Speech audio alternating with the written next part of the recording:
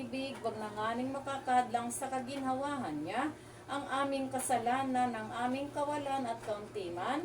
Yayamang kailanman ay di nagtatakwil ng pusong nagsisisi at nangayo, Papa, at kung gaanong pagkaawa ng isang ama sa kanyang mga anak, gayon din naman ang paghabag mo, Panginoon namin, sa nangatatakot sa iyo. Natatalastas mo ang karapukan nila at karalitaan. Pagkalooban mo po ang kaluluwa ni Angelita ng kapayapaang walang hanggan, nang makapasok agad sa kaharian na doon ay sasambahin kanya at pupuring walang humpay. Katapusan ng mga lumuluwalhati at ipanalangin kaming mga makasalanan. Siya nawa. Panalangin. Katamis-tamis ng Isus kuno sa pagsakop sang katauhan ay inibig mong ikaw nga ay pinanganak, tumulo ang himalagang dugo sa pagto tinupos na ng mga Hudyo, napasa kamay ng mga tampalasan sa pagalik ni Judas, ginapos ng mga lubid, dinala sa pagkaparipan sa tulad ng korderong walang sala, iniharap kay Anas, kay Caiphas, kay Pilato at kay Herodes, niluran at pinaratangan na pinatutuhan ng mga saksing sinungaling, tinampal na naging alimuran at tatod ang sugat ng mupong katawan sa hampas ng suklina, pinutungo ng korona ang tinik na takpan ng iyong mukha ng isang purpura, sa pagkapalibasa sa iyo, nalagay sa isang pagkabuhong at kahiya yung napako sa krus at napagitna sa dalawang magnanako na parang sa kanila. Pinainom ng abdong na punang sopa at yung tagilirin sila ng isang sibat. Hanguin mo na, Panginoon ko alang-alang dito sa madlang sakit na lubhang mapait para dalitain mo ang mga kaluluwa sa purgatorio, lalong-lalo na ang kaluluwa ni Angelita, at iakat mo po siya ng mga tiwasay sa iyong kaluwalhatian, at iligtas mo po siya alang-alang sa mga karapatan ng kasantos-santosang pagkapakasakit at pagkamatay mo sa krus, sa mga hirap sa impyerno siya maging dapat na pumasok sa payapang kaharian na iyong pinagdalhan sa mapalad na magnanakaw at nakisama sa iyo at naripa sa krus, nabubuhay ka nga at tagahari na kasama ng Diyos Ama at ang Diyos Espiritu Santo magpasawalang hanggan.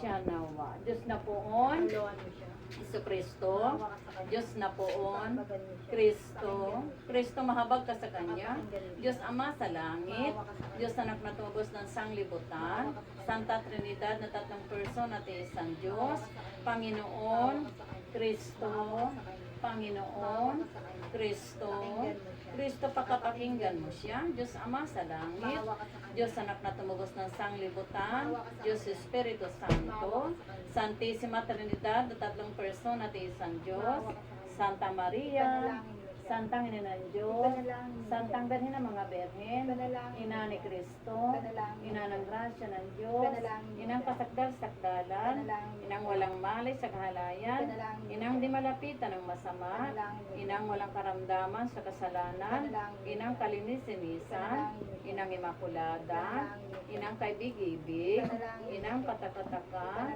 Ina na mabuting kahatulan, Ina na may gawa ng lahat, Ina ng mananakop, bering kapaham-pahaman, bering dapat igalang, bering lalong banto, bering maawain, bering makapangyayari, bering matibay na loob sa magaling, salamin ng katwiran, luklukan ng karunungan, mula ng tuwa namin, sisigla ng kabanalan, sisigla ng bunyi at banto, sisigla ng bukod na mahal na loob na makusaing sumusunod sa Panginoon Diyos, rosang bulaklak na di mapuspos ng bait ang taong halaga, toring ni David, toring garing, bahay na ginto, kaba ng tipan, pinto ng langit, talang maliwanag, pagpagaling sa mga may sakit, pagsasakdala ng mga taong makasalanan, mapang-aliw sa mga nagdadalamhati, mapagampon sa mga Kristiyanos, hari ng mga anghel, hari ng mga patriarka, hari ng mga propeta, hari ng mga apostol, hari ng mga martir, hari ng mga konfesor, hari ng mga berhen, hari ng mga santo, haring ipinaglihi na di nagmana ng salang orihinal, haring iniakyat sa langit, hari ng kasanto-santosang rosaryo, hari ng kapayapaan, kordero ng Diyos ng kawala ng mga kasalanan ng sanglibutan, Kordero ng Diyos na kawala ng mga kasalanan ng sandaigdigan. Pakinggan mo po siya. Kordero ng Diyos na kawala ng mga kasalanan ng santinagpang langit. Sa ilalim ng iyong pagkatandili o santang ina ng Diyos, kami ay lumililong huwag mong talikdan ng aming pag-amo-amo. Kung dinaratan ng kasalatan, bagkus yung adya kami sa dilang panganib. Berhing mahal at maluwalhati, ipanalangin mo po siya, santang ina ng Diyos. Siya malaking dapat sa mga pangalan nito. Panginoon namin, dinggin mong malugod ang aming pag-amo-amo at dumating sa iyong tayang aming mga pagdaing, panalangin. Ipinagtatagubilin sa Panginoon namin ang mga kaluluwa sa purgatorio, lalong-lalo na ang kaluluwa ni Angelita na sa pagpano dito sa lupa, alang-alang sa walang katapusan mo pong awa, ang mga kasalanang nagawa at laging mga buhay sa iyo magpasa walang hanggan.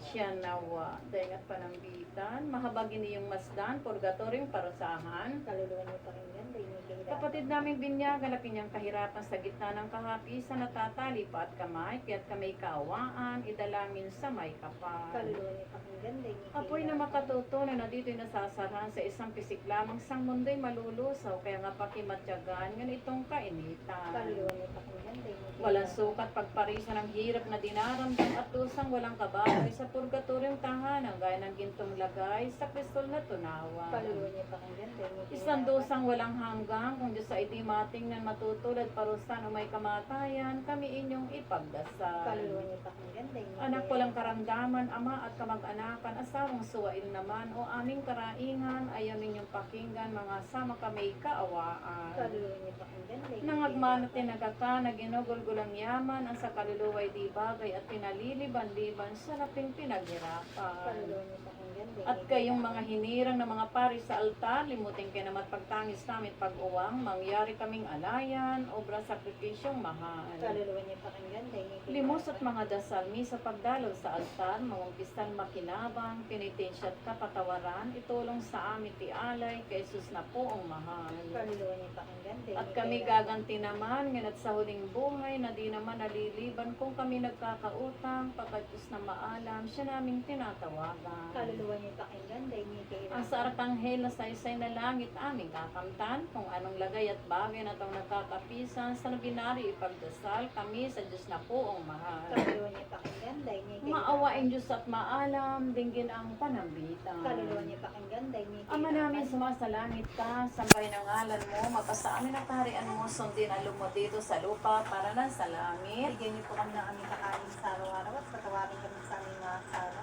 Para na pagpataw namin sinagkasala sa amin at tulong kami paintilit at susugadyan ka kami sa lahat. Kapag Ginong Maria, napupuno ka ng grasya, ang Panginoon Diyos sa isumasa iyo, bukod kang pinagpala sa babaeng lahat at pinagpala ka naman ng iyong anak na si Jesus. Santa Maria, ng Diyos, panalangin mo ang mga kasalanan, ngayon at sa aming mga Aba, Ginong Maria, napupuno ka ng grasya, ang Panginoon Diyos sa isumasa iyo, bukod kang pinagpala sa babaeng lahat at pinagpala ka naman ng iyong anak na si Jesus. Santa Maria, ng Diyos, panalangin mo ang mga kasalanan, ngayon at sa aming Aba, Ginong Maria, napupuno ka ng grasya, ang Panginoon Diyos sa isumasa iyo, bukod kang pinagpala sa babaeng lahat at pinagpala ka naman ng iyong anak na si Jesus.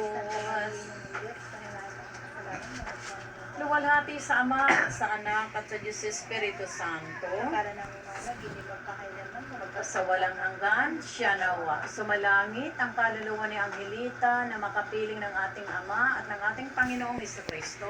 Sa ngalan ng Ama at ng Anak at ng Espiritu Santo. Amen. Magandang tanghali po.